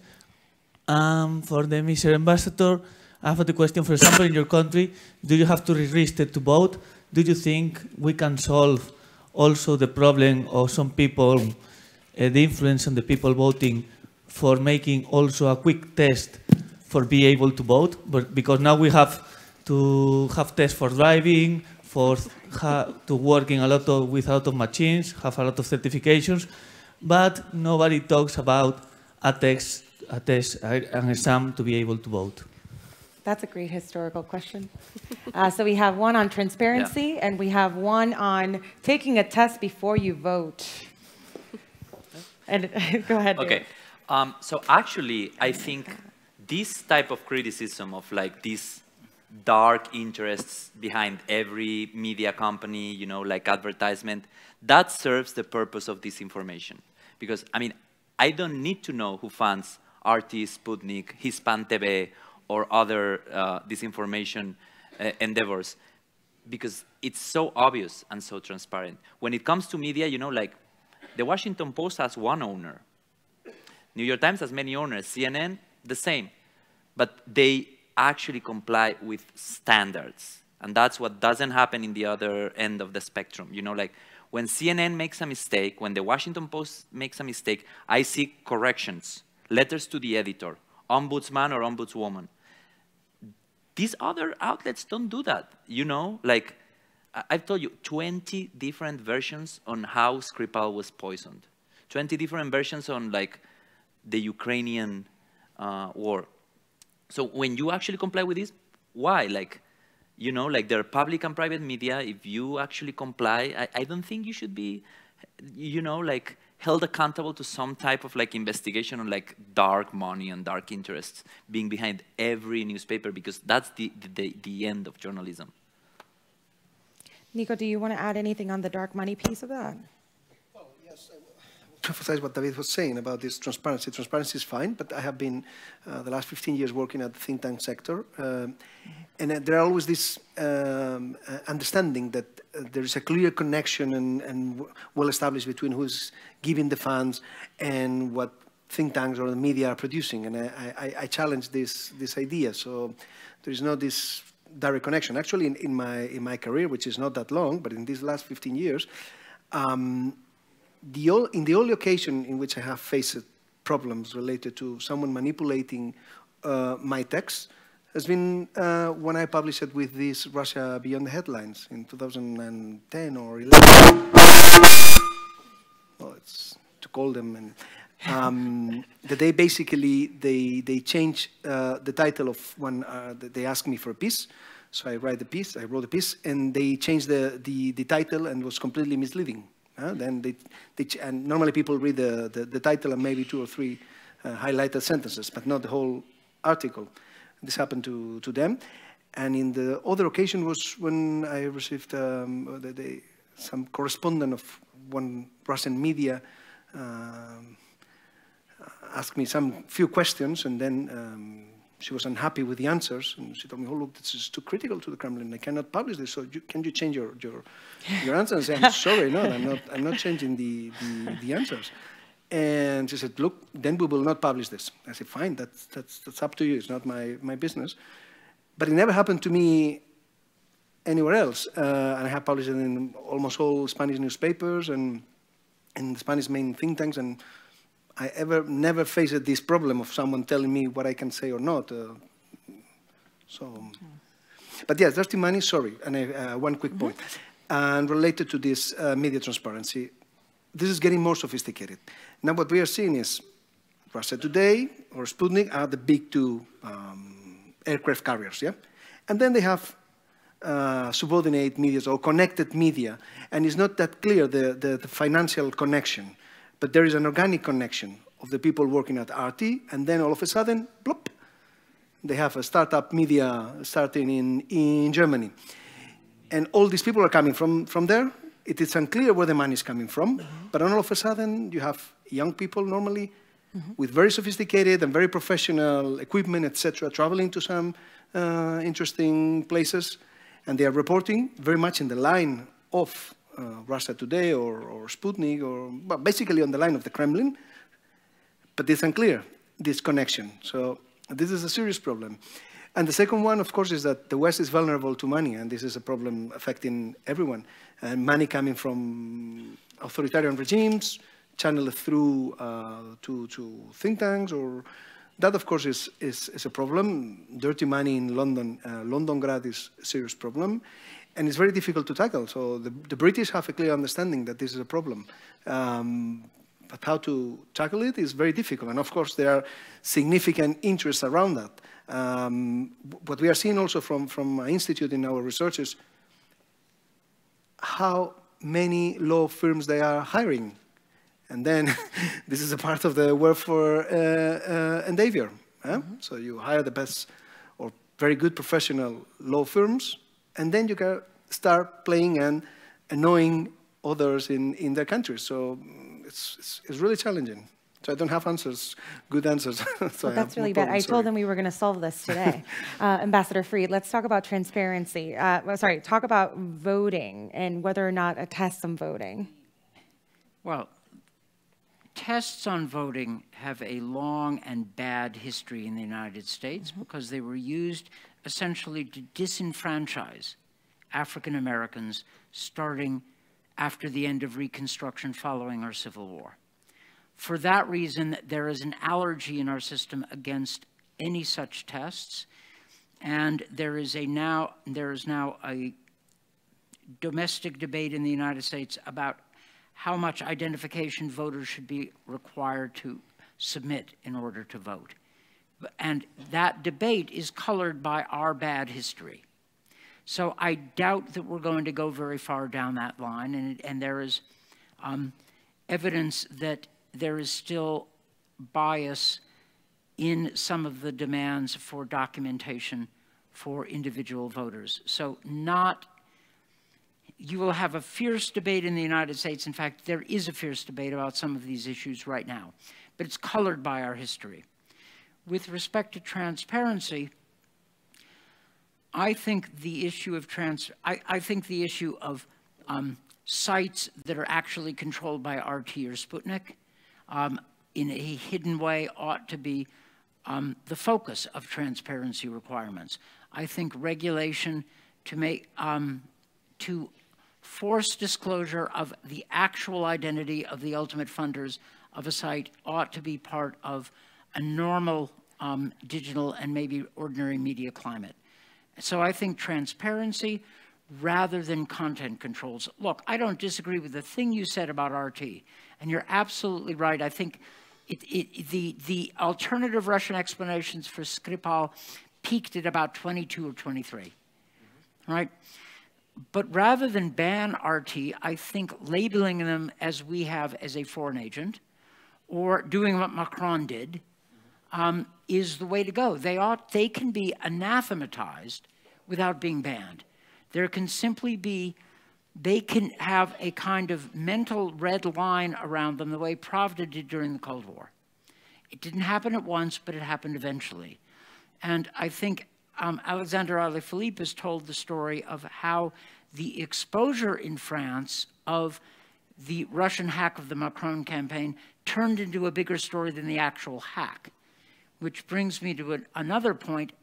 Transparency is not going to be simply derived by regulation. It will also be uncovered by active and even aggressive civil society. Private groups will be able to expose Russian and other disinformation campaigns. EU DisinfoLabs is private. East Stratcom from the EU ought to be supported. And in case you think I'm naive, I don't think the Commission's voluntary code of practice is the end. I think it's a decent beginning. You can look at the holes, and you're probably right to point out the weaknesses, but I'm lucky. I feel myself lucky that anybody is doing anything. Maybe it's a question of expectations. That's another discussion. We're going to keep taking questions, but I want to make sure that we don't forget the demand side, right? Because we were talking, there are studies that say if you label something and it says it's false, we're 5 times more likely to click on it because we want to find out what the false news is, right? Or if it's sensational, you're curious, so you click on it. That's what drives, some of these things. So, we can implement some solutions, but still think about everything else that we have around it. So we have a question here, and got you third. And I think I'll take a couple of questions. So there's one back here. Oh, okay, go ahead. First of all, I'd like to thank everyone for the panel. Disinformation is obviously a very big problem. But what I'm saying is more of a somewhere between a remark and a question. Questions only. It's a question. Okay. I end with a question. Okay. I will stop you. Okay. I've got the feeling that it might have sometimes been a bit one-sided. We talked about Russia, the USSR, Putin. I think almost everyone mentioned them at some point, which led me to conclude that perhaps it's more about hybrid warfare than about disinformation. Because obviously, while a problem, you'll never hear me say that Putin or that Russian disinformation isn't a problem. I think we can all agree that it is. You only need to look at our elections. As I think you said, the Trump report or the Mueller report and the congressional reports in the US show it. But no one mentioned Trump. I don't want to make this into a political discussion at all. I think we would do well to avoid it. But it's pretty clear that he disinforms on a consistent basis as well. Spreads lies that are easily verifiable. And so my question to you, and you don't have to stop me, is how do you see us regulating ourselves? I don't know if it's an expression in English, I know it is in Dutch. How do you see looking in our own bosom about addressing this problem rather than only focusing on the foreign aspect? I have something to say. I work as a journalist now in Washington, D.C., and whenever the President of the United States or anybody in the United States, Capitol, State Department, tell a lie, I can write about it and I can fact check it. That doesn't happen in Russia, period. It doesn't happen. It doesn't happen in Venezuela right now. It doesn't happen in Iran. And I think like a political statement is different from disinformation. The president may tell lies, may like, you know, like manipulate the facts. Then we can fact check it. Like as the Washington Post is like, and other newspapers are experiencing the Trump bump. You know, like a lot of people are reading them, a lot of people are going there. But I think it's fairly different, you know. And yes, hybrid warfare, you may correct me, Kadri, but you know, like there's a full like Russian doctrine about it, right? Like from 2013. So, but I think there's a difference there. Sorry. No, go ahead, Alex. I think it's a very good question. Thank you. I think right now the question we have to ask ourselves is how we, as civil society, and when I say we, it's everyone here in the room, individually and collectively, we can deal with this. I invented this afternoon, so I'm testing it with you. It's like the 5 fingers of the hand, you know. The democratic civil society has made for NGOs, public powers, academics, journalists, and companies. Basically, the 5 main pillars. And these pillars can work together or not. But at least they are independent. If we shut down everything, we don't have a hand, we have a fist, and a fist is made to fight. I don't think we want to fight with each other. So I think we need to be sure that in the way we're acting together, we are keeping this discussion alive, and we are keeping checks and balances between everyone. Because if we don't do this, we'll not be able to be resilient enough, as Ambassador Fried said. We need to be resilient together inside societies, because we might face threats from outside, and I don't name any powers, because everyone can play on this, from China to Iran to Venezuela to US to anyone. For internal political powers, you have now movements that are ready to lie and to cheat to win at the expense of democracy, and that's also a big issue. So we just need to be sure that these 5 pillars are well together. And that's the most difficult part for us. We need to be sure that we can trust each other. Because if we don't have this, we don't have trust, and then we are just manipulated by emotion again. Kadri, do you have anything to add on this in terms of the resilience piece? Yeah, I was thinking the issue of disinformation versus hybrid warfare.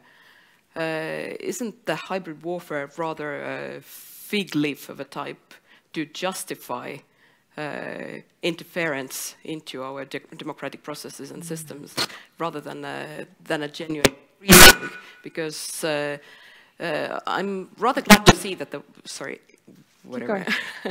that the West hasn't been overly keen to buy the concept of hybrid warfare. We are pretty certain in the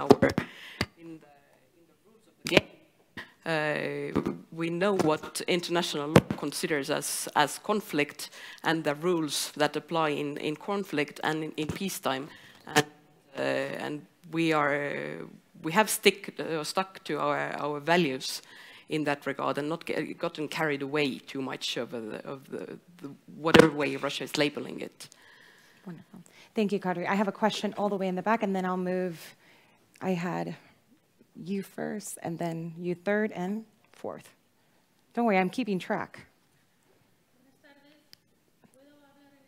Sí, no hay problema.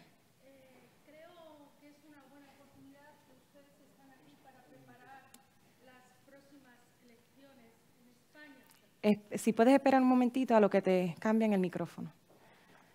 A reminder that you can use hashtag DisinfoWeek to follow the discussion.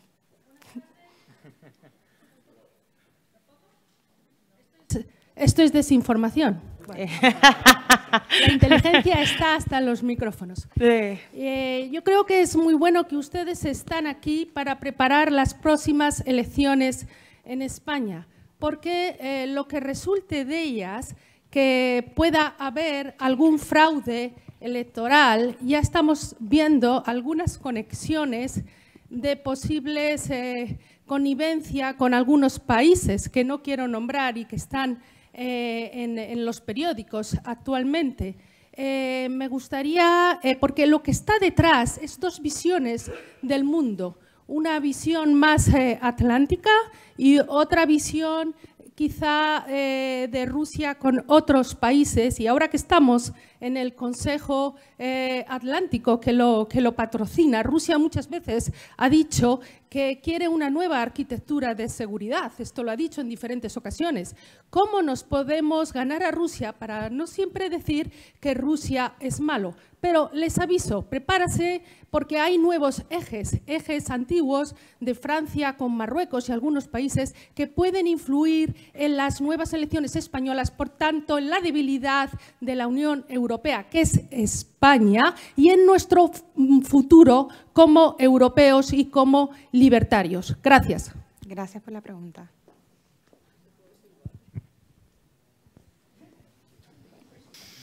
¿Ah? Does anyone?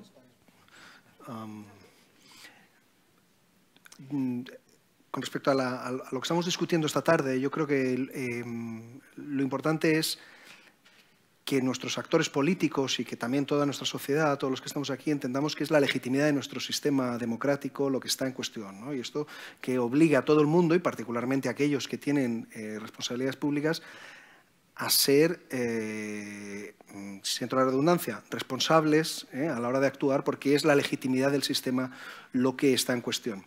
Y esta legitimidad que está cuestionada es una de las vulnerabilidades que están utilizando actores extranjeros por diferentes razones, pero que actúan con bastante hostilidad. Hoy estamos hablando mucho de Rusia, pero obviamente no es el único.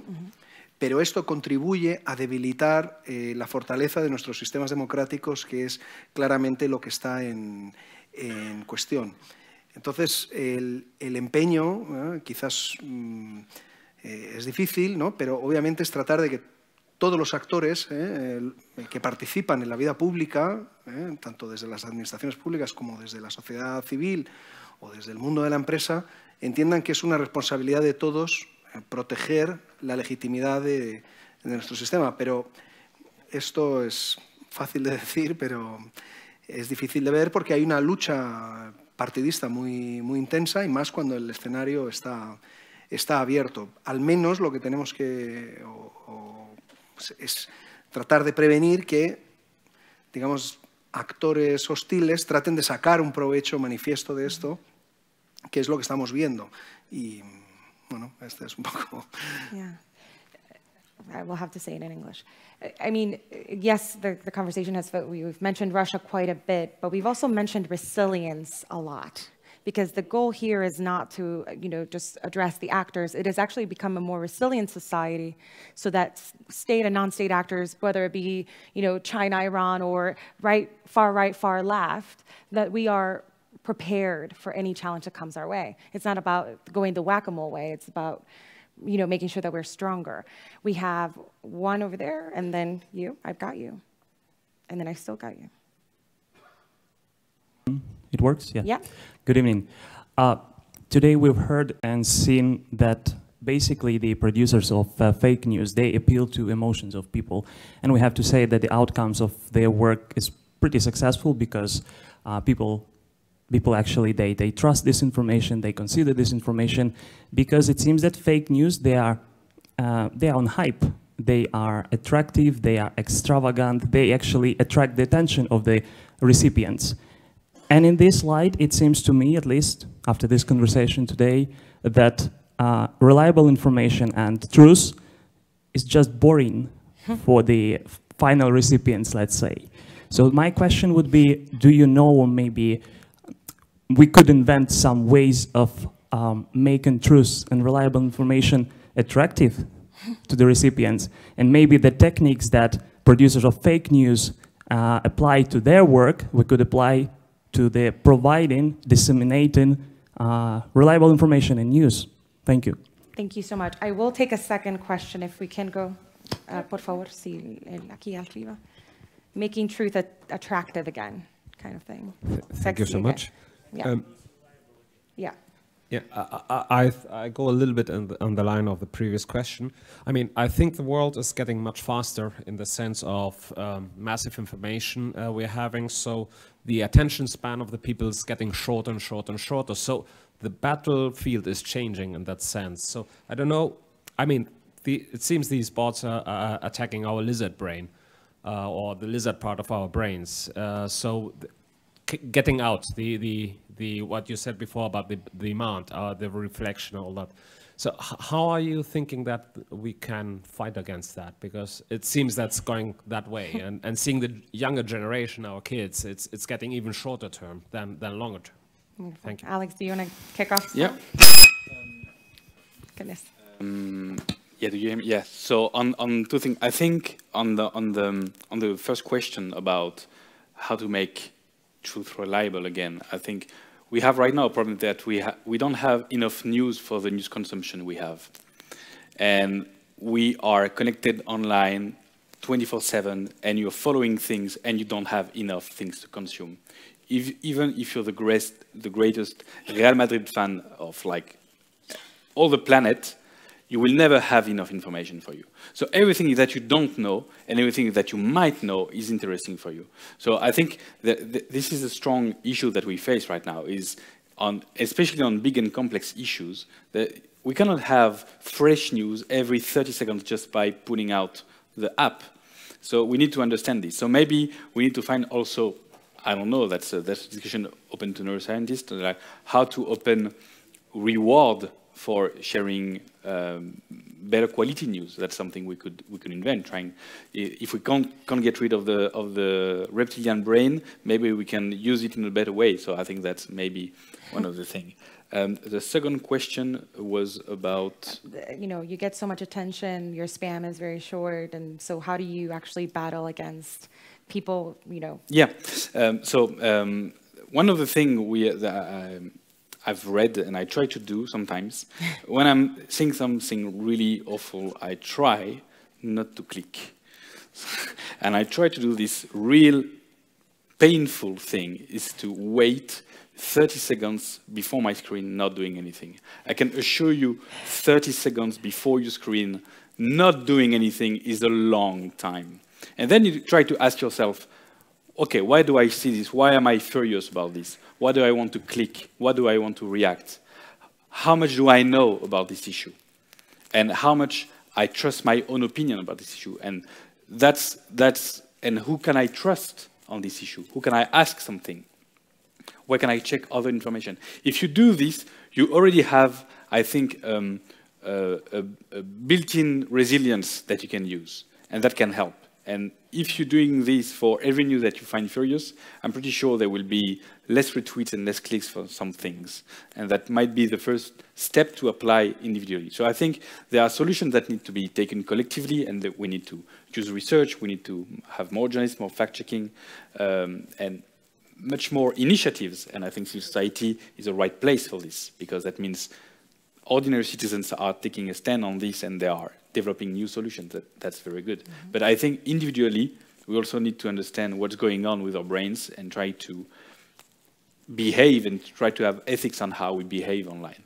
There is this super quote I found today, is that you don't do things in internet, you do things.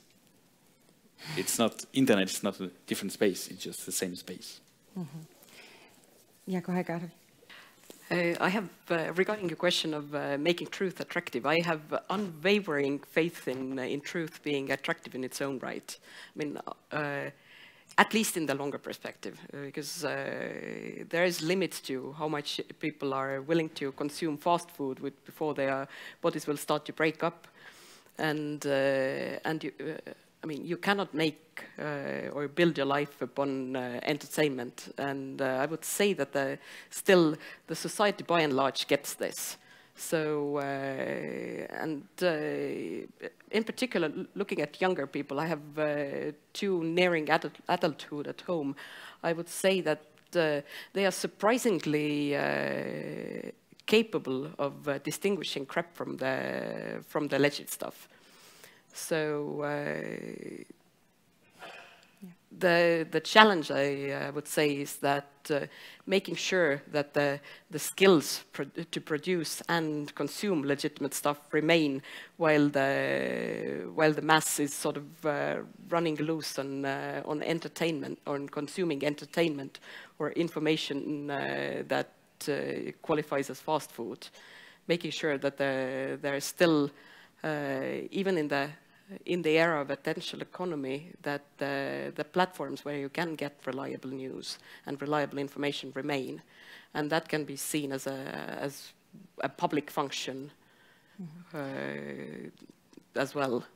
Alex, you had a short intervention. Just a very short thing, because we talk a lot about youngsters and media literacy. I'm not going to have many friends around here tonight, but if you know people that are over 60 on social media platforms, I think in terms of fake news, I think they're the worst. The number of emails chains, WhatsApp chains I receive from people which are between 60 and 70, 80 is full with disinformation. And I think we should, and I'm sorry, but the age range between 60 and 80 goes to polling station at every election. So the risk for democracy is very high. So I would encourage everyone to take media literacy class from 5-year-old to 95 years old. There are challenges with that. David, do you want to? Yeah. I actually, there's a really good research on the reasons for disinformation and the spread of disinformation from the Massachusetts Institute of Technology. It's from last year. And it's probably the best piece I've read on how bots are not that important. I'm sure you've read about it, like 90% of this information travels through psychological means. And there are two important things that journalists should take into consideration. One is novelty in the headlines, you know. Something new is something that you're going to share. And of course, like, it has to be new but true. Because, I mean, if I say, like, tanks in the streets of Barcelona, then, like, you know, that's a real piece that was published. It's new, but it's a lie, right? And the second one is status, and that has to do with your question. You know, like, you actually show your followers in social networks that you have a high status because you know something that they don't know, and then you share it because it makes you look good. And that has to do a lot with education and how also the social media are built. You know, like, by searching, that's why Google is, like, better.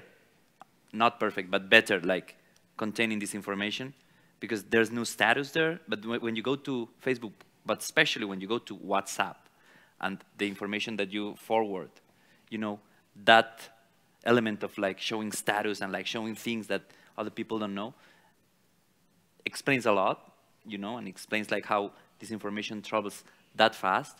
And I think we should bring the big platforms into this conversation, because they have a responsibility, you know, and I'm very happy that Mark Zuckerberg went to testify to, you know, the Capitol. He didn't go to the UK Parliament, but he went to the European Commission.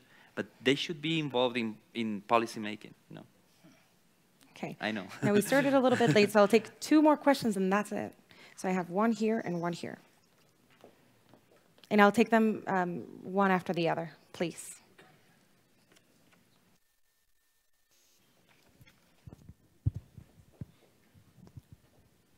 Está prendido. ¿Cómo resolvemos el conflicto y si es deseable el establecimiento de algún tipo de líneas entre libertad de pensamiento, libertad de expresión y libertad de información y lo que sería manipulación mental y de conductas, el establecimiento de filtros o ya la censura en el último caso? Okay.